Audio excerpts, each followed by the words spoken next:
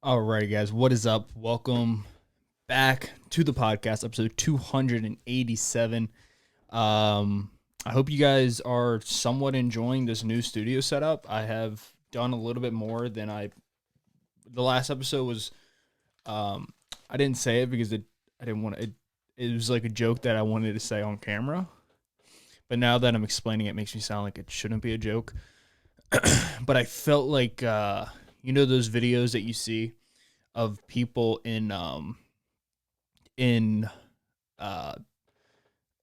there was a time period there where there was like videos being leaked on like liveleak.com, and they were just a bunch of videos of like beheadings and stuff like that coming out of like the Middle East or wherever they were coming from. I kind of felt like that a little bit. I felt like the video was kind of just it looked like it looked like my podcast looked like it was done like in a dodgy jail cell. Like I looked like I was in jail. But we went ahead and fixed it up a lot. We got a brand new light over here to my right, a brand new light over here to my left, two different lights, so like two different colors, which maybe that's why the shadows. There's only so much room I have in my closet, so I can't. I it's I'm gonna try to get to the point where the quality is just as good as it was on my last studio setup. But as of right now, this is probably what we're going to be going with. If anything, I'll add different things to the studio, to the wall behind me. But outside of that, it's this is what we got. This is what we're working with here. Um, but today's going to be more of like a like a regular podcast of mine. So my chair is squeaking nonstop and it's driving me crazy. And I hope you guys can't hear it. I'm sure you can. Actually, you probably can't. I don't know. Maybe we'll see. We'll see how it shows up in the editing of the podcast. But yeah, there's a few things I want to talk about today.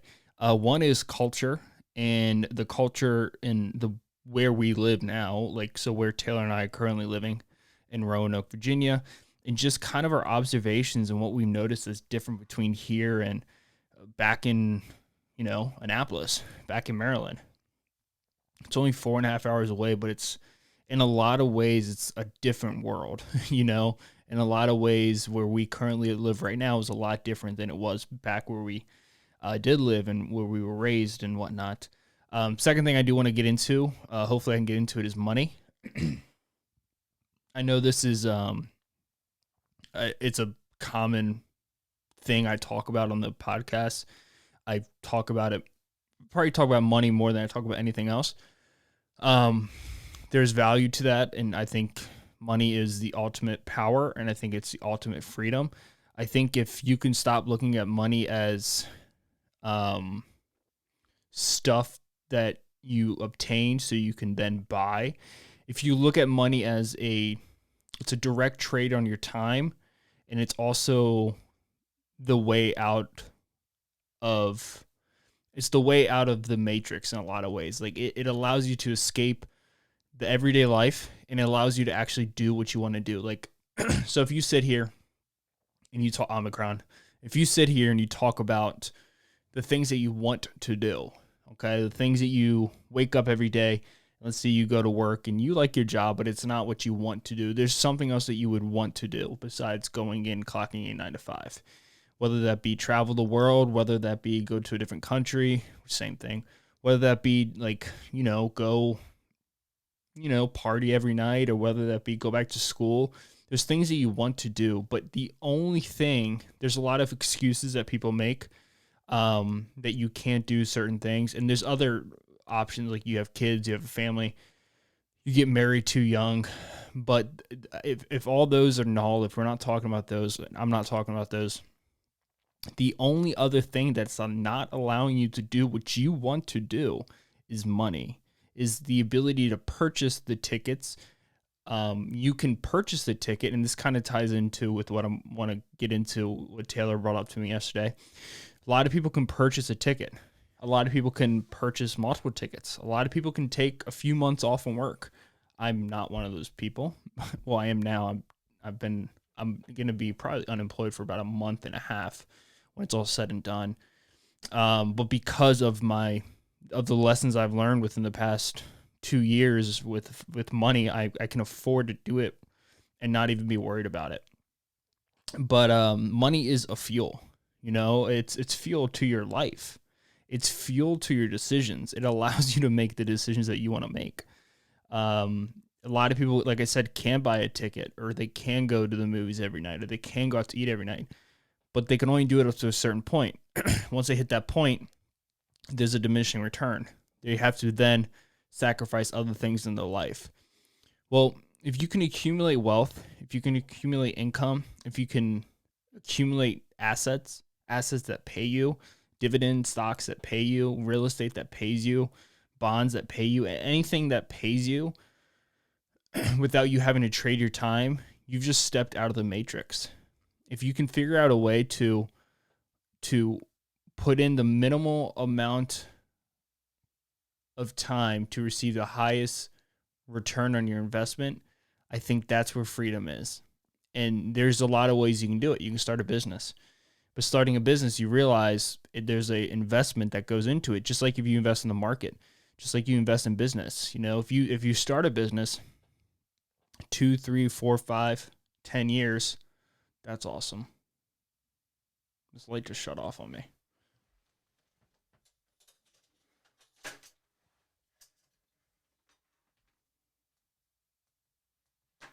Cool. That's awesome. That's good.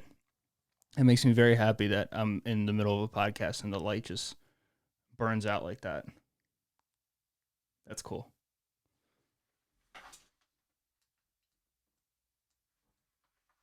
Okay. Well, we're gonna continue. We're gonna keep going with the podcast. We're just gonna. It's gonna look like I'm back in the dungeon again, like I'm locked away, because that's how we do it. It's why did it go out? It's connected to the outlet. The only thing I can think of is that the outlet tripped, but I don't know why that would be a thing. Why would the outlet trip? I don't understand. If you guys can give me just 1 second, I'm gonna try to do something real quick.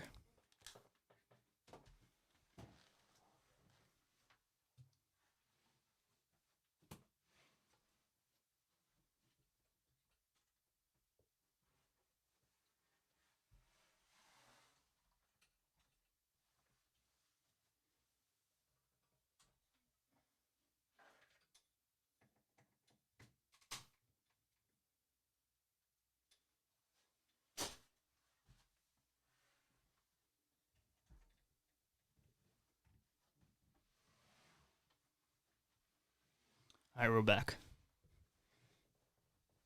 I didn't edit any of that out. You guys watched all that happen. Sorry if you're on YouTube. You just watched me flash you guys with my butt. Hey, man, we learn as we go around here, That's how we do it in the closet. I don't know what happened. I think the power strip was just overused. I had to take the cube and just connect it to the outlet that was underneath of the top hole. It looked like it solved the issue. Oh, did you see my hat? I don't think I showed you guys this. I got this for Christmas. It's a SpaceX hat. I also got a sweatshirt. That's a SpaceX sweatshirt that I haven't worn on the podcast. All I've worn is this KISS shirt and then one other shirt that I wore last episode. But like I was saying, guys, money is that. Like, money at the base root is just fuel. It's energy. You need energy to start up anything, right? You need fuel to put into your car. Once you have it, you can then go wherever you want. You can only drive so far on a certain amount of fuel, and you can only go so far with a certain amount of savings. And the thing that I've learned the most in the past it's almost 3 years now, but the last 2.5 years, the value that I've gotten the most is that whatever you're doing, you can take that energy and you can put it into something, and then it can grow for you. Like, the idea of compound interest is a game changer. It's the eighth wonder of the world, like Albert Einstein said. It changes your life. It allows you to do what you want when you want. And it also allows you to stop working at a job if you need to, because you're making a transfer to a different state. You can do that. The whole way during the whole thing, the whole time I was thinking, like, dude, imagine if I had just enough, I was just barely getting by, and like for the last 5 years to 2-3 years, I haven't been putting money away. I haven't been saving. I haven't been investing. It would have made everything so much more stressful. And you can see, like, this is why relationships fail. Like, I'm lucky Taylor and I don't know, but we did, the moving process was super simple for us. It was very logical. We didn't argue about anything. I have my closet. I have my podcast. When we went originally from a 2-bedroom, that's what we wanted. But the 2-bedroom was pretty expensive. It was about $1,500 a month, and we could afford that, but we don't want to, because where we're at now, we can afford and put enough money away and save enough and invest enough for us in the future. But what was this? Oh yeah, I wasn't expecting a podcast because we went from 2-bedroom to 1-bedroom. So when we saw this place, I was like, man, I was almost at the point I wasn't gonna just not do the podcast. I was gonna do it, but it's probably gonna be more of a compromise. And it just would have taken more. It would have took more energy to come to a solution. But it ultimately was easy. We just looked at this place. I saw this closet, and her and I looked at each other. She was like, "Oh, this is where you put your podcast." I'm like, "Dude, I could put my podcast here." And it's nice when people support you. It's a weird thing I do. This is a weird thing that I do. I'm probably one of the only podcasts in Roanoke. There's probably not a lot of podcasts in Roanoke. Maybe there is. Maybe there's a couple thousand, but I would say a couple hundred, maybe. And I'm one of them now, and it's like, this is like my baby. Like, I've worked hard on this. I've grown it. I have consistent listeners from across the whole globe: Australia, Saudi Arabia, Kenya. Everywhere, Canada, United Kingdom. But getting off track here. But money is that option. And she asked me a question. She's like, it's surprising because where she works, she's like, these people, they just go out and get Chick-fil-A every single day and Chipotle every single day. And then while they're eating it, they're complaining about bills and stuff. They're complaining about they don't, look at this. This is crazy. All I've been doing, like, Taylor's at work 5 days a week. I'm not working right now. All I've been doing is studying. I have this exam I got to take. I got to pass. I guess I could give you the name, but I'm not going to give it. I just don't want to risk anything that's unnecessary. I don't want to take on any unnecessary risk. But, it's so good. I don't know why Sugar Bowl. Awesome. Okay. This is cool. Well, I'm not going to fix that. We're just going to go on with it because that's driving me insane. It shouldn't be doing that. I don't know why Hey Dude is. What is up? I got to look this up. Hey Dude lights. Is it Hey Dude? Let's ring lights.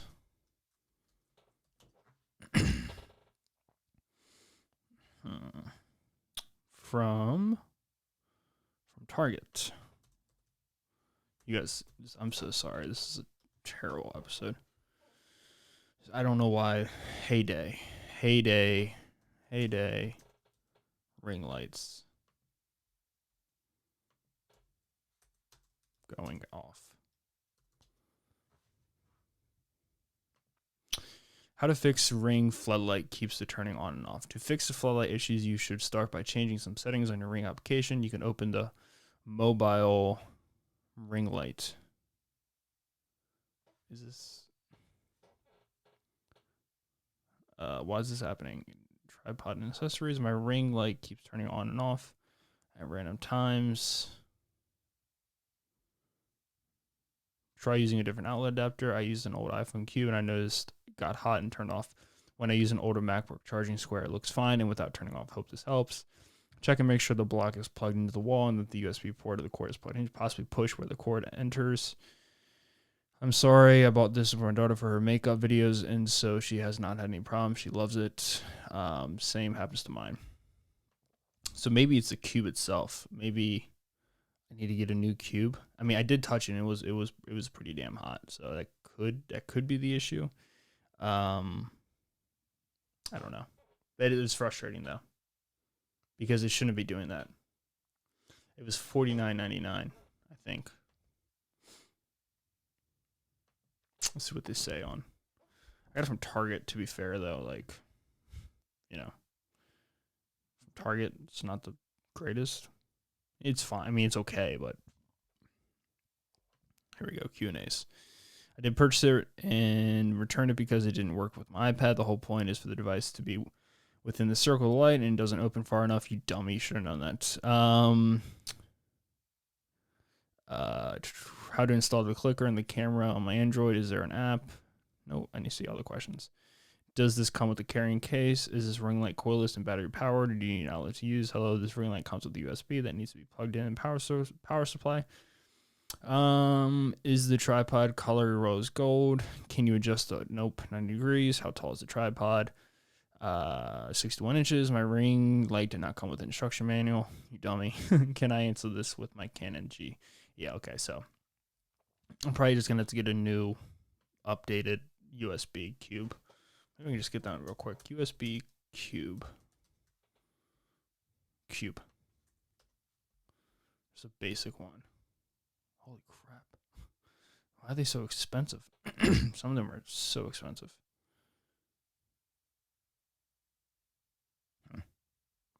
Anyways, we're just going to finish up the podcast in this crappy light. I'm so sorry. This is so unprofessional. I apologize. But she asked me, like, I really am sorry. It's not supposed to do that. It's overheating. The cube is shitty. I don't know. But she asked me why. She was like observing that these people.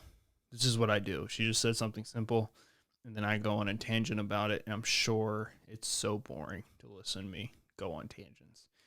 My old job, the person I worked with, my boss, my manager, we were able to just talk all day. We would just have amazing conversations. Like, we would just talk about politics, money, comedy, podcast. I mean, we essentially did a podcast together. Like, if we recorded every conversation we had, we would have a amazing podcast because we would just rip. And then every once in a while, somebody would come in, like one of the trainers would come in or one of the front desk staff people would come in, and then we would just all rip together. It was a good time, but I don't really have that right now. You know, Taylor's working all day. I'm here studying literally full time. I'm studying 8 to 10 hours a day right now. Like, it's exhausting. Like, I just went out to Sheetz, fill up my gas tank, and get a Red Bull. And that was a moment of my day. And then when she gets home, I go to the gym and work out. But this is probably going to only be for about 2 weeks. So it's crunch time for me. I'm studying for this exam, and I'm trying my hardest to pass it the first time, so I don't have to wait till mid-February. It's stressful. It's not as stressful as it was initially because I had to take an exam before, and I passed it. I did well on it. I passed it the first time, which was somewhat surprising, actually. I was kind of surprised by it. I was expecting myself to pass it, but I wasn't expecting myself to pass it the first time. But the questions were so much easier than the practice questions, which I'm kind of thinking this next exam is going to be like that as well, but I'm not going to go into it with that mind state. I ordered a book, For Dummies book, which, by the way, those books are great. Like, those For Dummy books are amazing. There was about probably about 6 months ago, I got deep into like real estate investment. I was super into it. I was really fascinated by it. I don't know, something about it just kind of caught my interest. And I don't think I've read really any other books on real estate besides the For Dummies book. And it was like introduction to real estate investing and like renting out places. And it was really good. Like, they do a great job. They have multiple authors. They give you different perspectives. They give you different what ifs, what not to do, what to do. It's really good. And I think when they first came out, they were kind of like a joke, but like, they have every single topic you can think of. They have a For Dummies book on it. If you want to learn a little bit about everything, just accumulate all those books and just read them all. And like, they're funny too, For Dummies, but they're not For Dummies because generally, I would say that there's people that are going out of the way to read those books are curious people. And I think curious people tend to be people who are on the upper spectrum of intelligence. I would say that's I wouldn't say. Let me look it up. Is curiosity, curious, a sign of intelligence? Curiosity in all its form appears closely tied to intelligence. In one 2016 study, researchers exploring potential factors that might impact openness looked at data following 5,672 people. 11 surprising signs of intelligent people. These lists are always so funny to me. You're empathetic. Okay, I could see that. You're very solitude. I don't even know what that means. Oh, the irony. Need plenty of time to relax and recharge on your own. You might already recognize your introversion, but you may not know that finding fulfillment in your own company can also suggest intelligence. According to a 2016 study looking at the potential impact of friendship, population density, and intelligence on happiness, people with greater intelligence felt less satisfied with life when they spent more time socializing with friends. I'm definitely that way. I don't get my rocks off that way. Like, spending time with a lot of people or spending time with people often is so draining for me. It's exhausting. Like, it's not, I can do it for a little bit, but it just doesn't do me well. I kind of lash out at like other parts of my life. When I spend too much time with people, I kind of become a dick to the people who like are close to my life because I'm so just overwhelmed, overly, like I just feel like every one of my limbs have just been pulled in every direction. Some might take this to mean that intelligent people dislike other people in general or have few friends. But here's another take. Both introversion and intelligence typically involve spending time in your own head, where you might reflect on problems, brainstorm new ideas, and mull over past experiences. Yes, I am. I spend way too much time in my head. You have a strong sense of self. Knowing what you need from your interactions is just one part of self-awareness. Your personal sense of identity also relates. Your personal sense of identity also relates to your perception on your traits and abilities, life values, key life goals and desires. A well-developed sense of self signals a high level of intelligence, since a strong self-identity typically means you feel secure in who you are. I do know where your skills lie. Kind of. I think have the confidence to make choices that reflect your beliefs. I wouldn't say I have confidence to make choices. I just don't think about them. I just kind of make choices. Like, there's this saying that I always tell myself, which I think is a common saying, but I always tell myself that there's no such thing as a wrong decision. Like, or there's no, even said better, there's no right decision.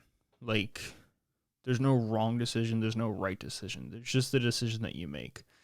And I know people really close to me who struggle a lot making decisions. And I think the fear is that there's an opportunity cost there. And I don't know if this is like an economical thing that I've been able to like kind of just drill into my head, but there's opportunity cost with everything you do. And I know that. Like, I know that every decision I make, there's always a decision that I could have made. And that's the basic rule of opportunity cost. It's the idea that if you spend money on a new pair of shoes, well, you could have spent that money on filling up your gas in your car.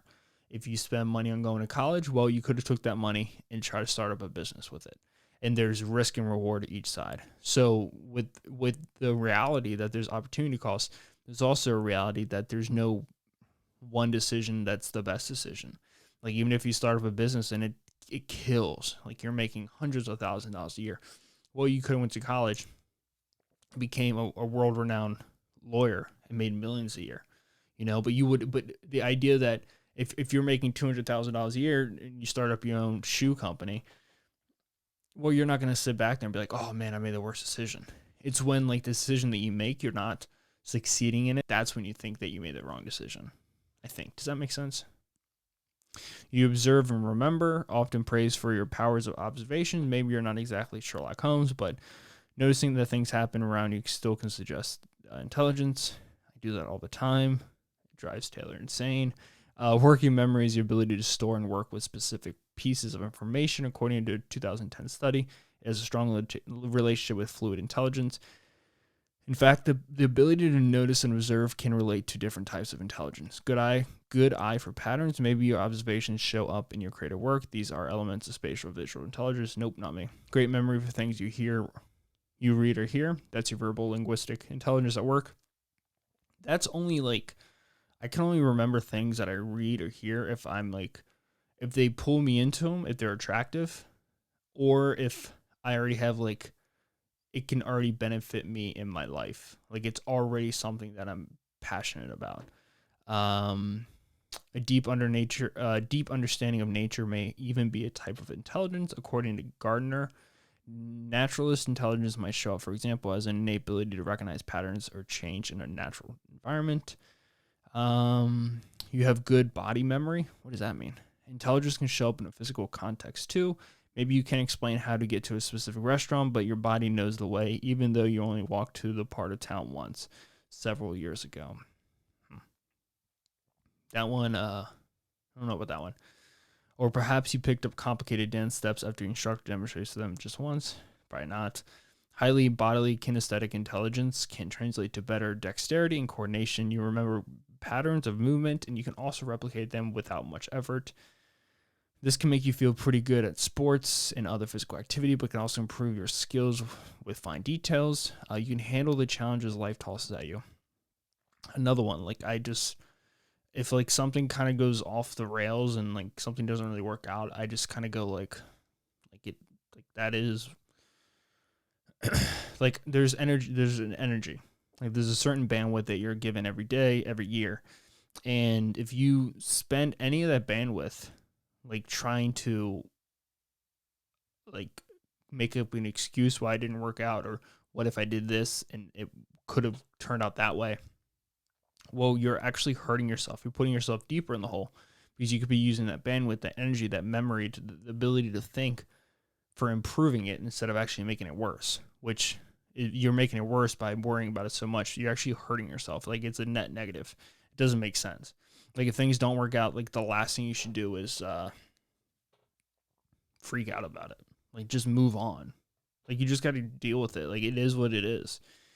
You can always maybe you stand up to uncertainty, ready to meet whatever comes your way head on.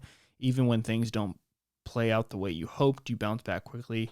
I don't like that. I don't like the idea that you just meet things that come head on. No, you just deal with things. Things just happen to you, and you just have to deal with them. You have a knack of keeping the peace. Don't care. You tend to worry about things. I don't. You're good at I do worry about some things, but you're good at managing your emotions. Everyone deals with painful or unwanted emotions from time to time. That's a normal part of life. The way you handle those emotions can say a lot about your emotional intelligence, though. Generally speaking, people with high emotional intelligence can recognize complex emotions, understand how those emotions affect choice and behavior, respond to those emotions productively, exercise self-control to express feelings at appropriate times, express feelings in safe and healthy ways. Anyways, and have a pet. I don't know about that one. That one kind of feels dumb. You feel less lonely, find it easier to manage stress, experience fewer symptoms. Yeah. Well, I don't have a pet right now. I do have a fish. Actually, it's a shark. I have Duroc, which actually he survived. That dude made it all the way from Maryland to Virginia. I didn't think he was gonna. I thought he was gonna be dead, but my man survived. He made it all the way. He's a powerful little shark. He actually murdered. I got a shark last Christmas, 2020 Christmas, and there's actually two sharks that came together, and Taylor got them for me. And within a day, my boy Duroc, which is a surviving shark that I have now, he murdered the other shark. And I don't know what he did. I think he starved him to death. I think he just didn't let him eat. But I went up to my room 3 days after Christmas, on the 28th, and the other dude was just floating. I was like, oh, shit. So then I named him Duroc after Paul Duroc, who was a astrophysicist, who was a really cool guy. He had a really funky-looking mustache. Almost looked like Hitler, but not really.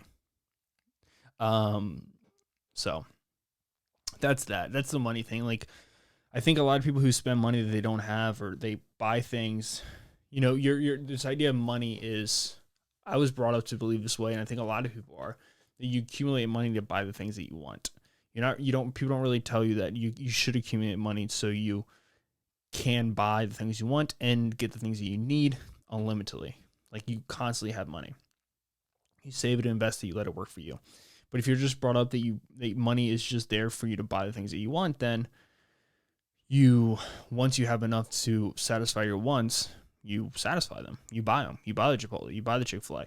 And there's also I don't know what it is. I'm sure there's a number out there, but there's this idea that, and I'm just saying this in my head, that if you can't afford Chick-fil-A or if you can't afford Chipotle, and I've been there, like just 3 years ago, this is me, but you but you really want it, but you can't really afford it. A lot of people will,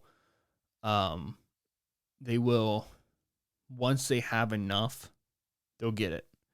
I kind of was able to change this when I heard somewhere, somebody told me, I don't know exactly how it fell into place, but someone said you should only get something if you can get 5 of them. I was like, huh, that's really fascinating. I never thought of it like that. So if you can, and it it works, I guess, is a little bit different. It's different with like objects that are like,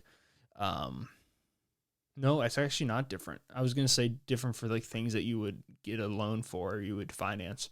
But even with a house, like if you want to get a $200,000 house and you want to put 20% down, which is the standard 20% 30-year mortgage, if you can't put down, like, I guess it is different with a house, but ideally it shouldn't be. If you can't put down 100K,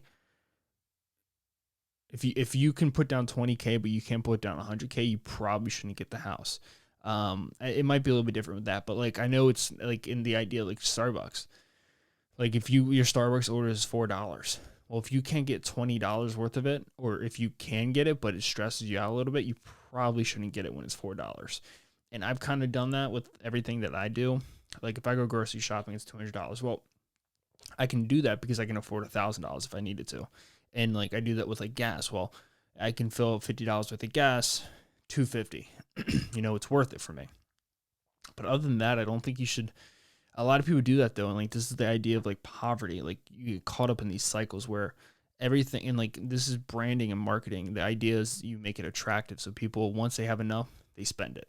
You see that around the holidays. People max out their credit cards. People do things that they know they shouldn't do, but they have to get the wants. They have to satisfy their wants so they can, I don't know, show people that they can get it, or maybe it's like a self-validation for themselves, like, oh, I can do it. But nah, dude, that's not the way you do it.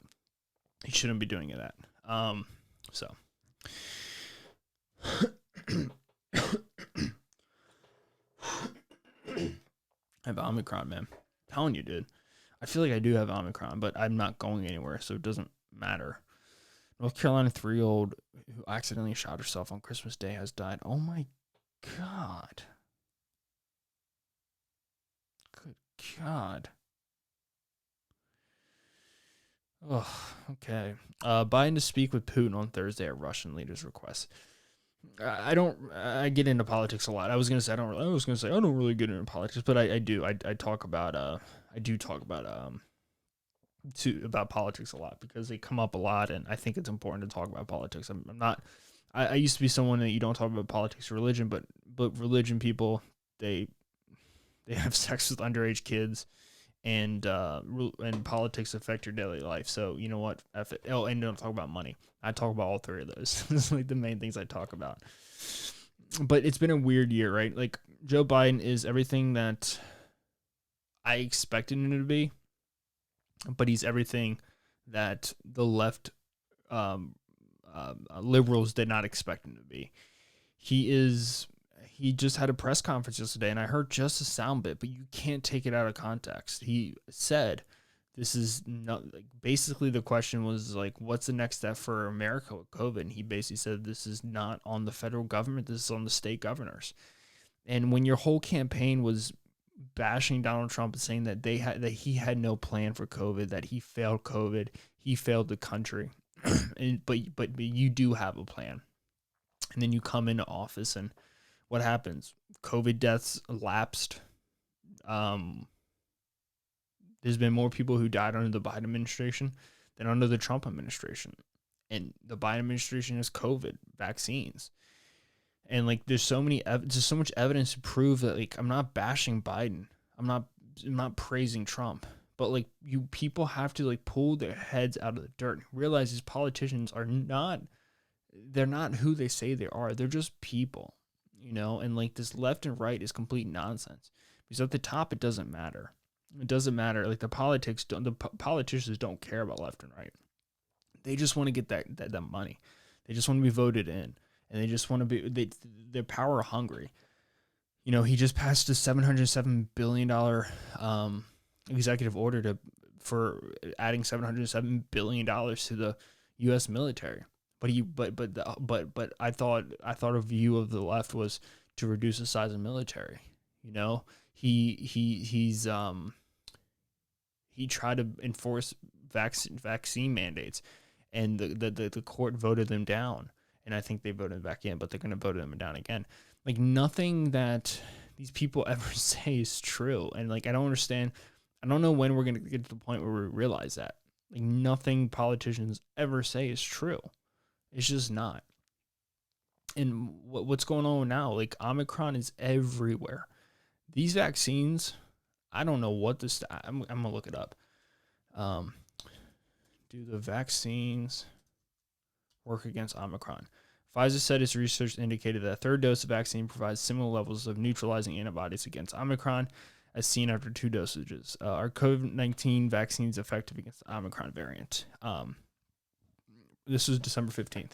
Preliminary evidence indicates that COVID-19 vaccines may be less effective against infection and transmission linked to the Omicron coronavirus variant, which also carries a higher risk of infection. Yeah.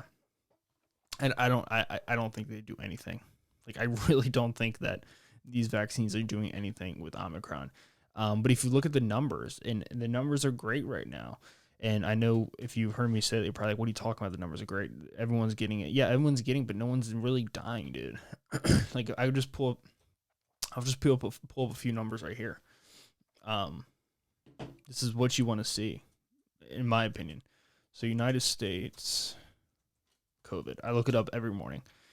United States COVID. Okay, so we've had a record-breaking.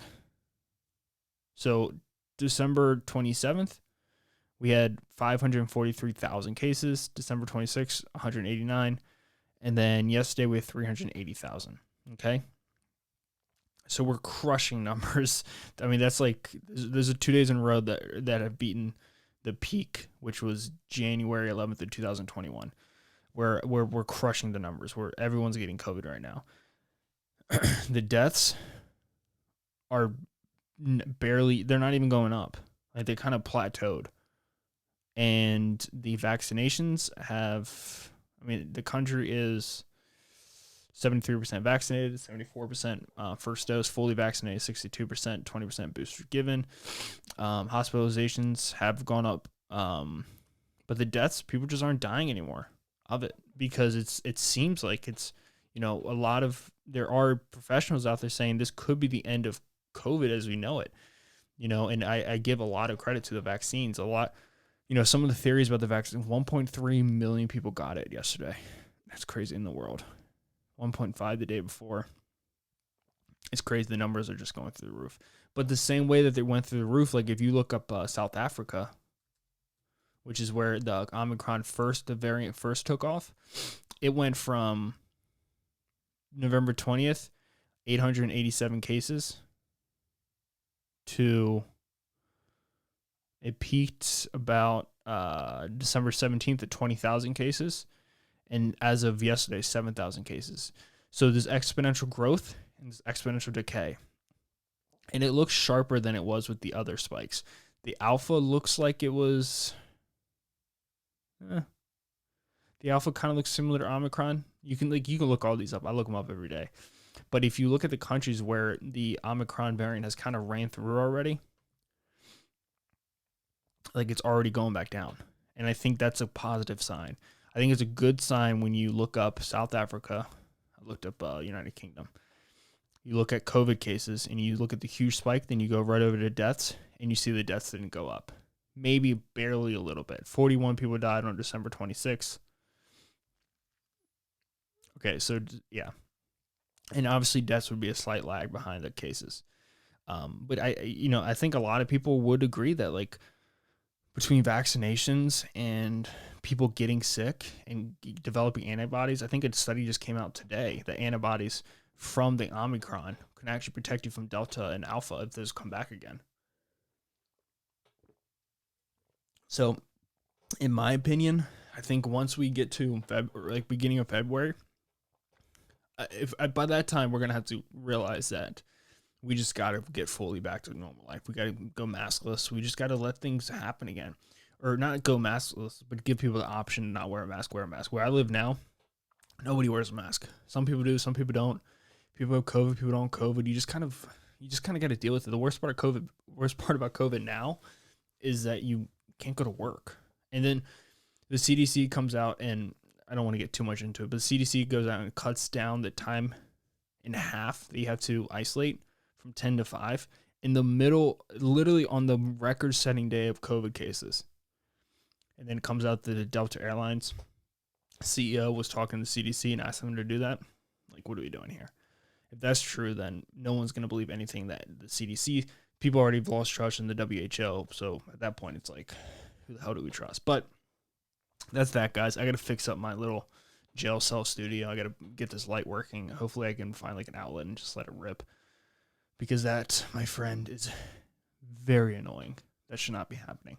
But yeah, guys, I don't really have much more to say. Thank you so much for listening to the episode.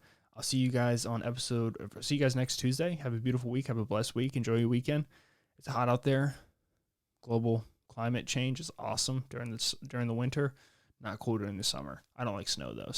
But yeah, guys, thank you so much for listening. I'll catch you guys next week. Peace out.